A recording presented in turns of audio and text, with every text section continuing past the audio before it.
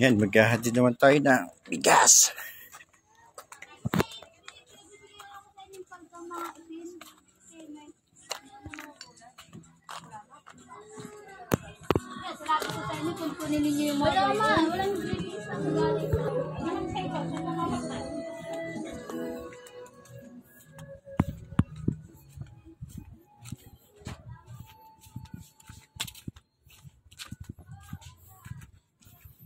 Ito yung bubong ni nanay.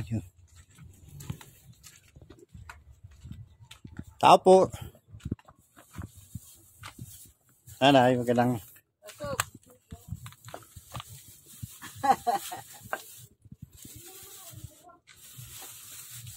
Nagkukuting-ting si nanay. Nagkukuting-ting ako.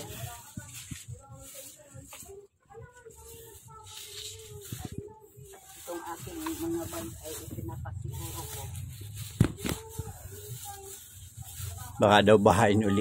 Baka daw. Nagdating na yung relief ko. Nagdating na po ang relief mo.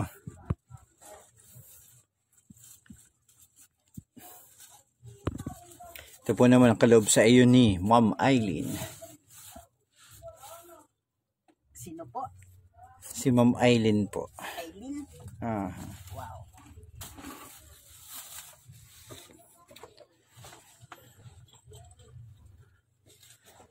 Video busy pa lang po si nanay. Opo. Yung lagayan mo nanay ng bigas.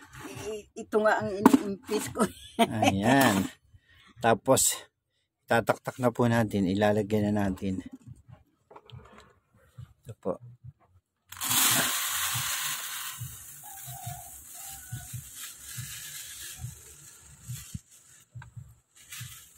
Ayun. Medyo Napuno ang timba. Wow, maputi. ayan po yung ani nila nanay sa kuwan. Sa palayan nila. Sariling ani. Oh, thank you, Lord.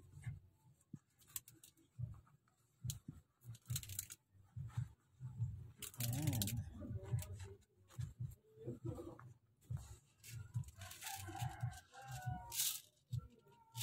Ito yung hula ko. 10 kilo. Opo. Kasi 10 kilo ang laman. Timba. Sige. Ano na yung sinyo sasabihin? Maraming salamat po sa inyo, pagpalaing kayo ng Diyos sa inyong pagkakawang gawa sa mga katulad naming nasalanta ng baha at sa katulad kong hindi na nakakapaghanap buhay.